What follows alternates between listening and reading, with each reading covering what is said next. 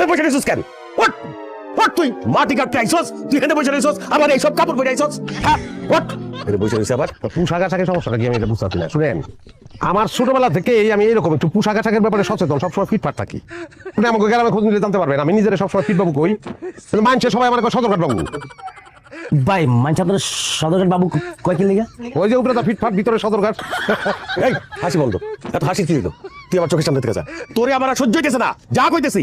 তোর এইসব পোশাক পরা বাবু মার্কা কামলা আমার দরকার নাই, আমার দরকার লুঙ্গি গামছা পরা কামলা। আছে আছে আছে আছে এই যে দেখেন, এই যে গামছা, এই যে লুঙ্গি, আমি লুঙ্গি গামছা পরে কাজ করি, কাজের পোশাক। আর এইটা হইলো আমার ব্যক্তিগত পোশাক, কাজ করে তারপরে এই পোশাকটা পরে ভালো, অসুবিধা নাই। এই পোশাক পরে আমি কাজ করবো এবং কামলা হিসাবে ভালো। আমি এক কপে যে পরিমাণ মাটি উঠাতে পারি, আপনার 5 জন কামলা ওই মাটি বহন করতে পারবো না। তোর চাপাবাজি বন্ধ কর। কাকা এখানে কিন্তু বদলার মতো পড়ছে বলটা এখানে কামে ফরিদ বাপের নাম মুরিদ, দাদা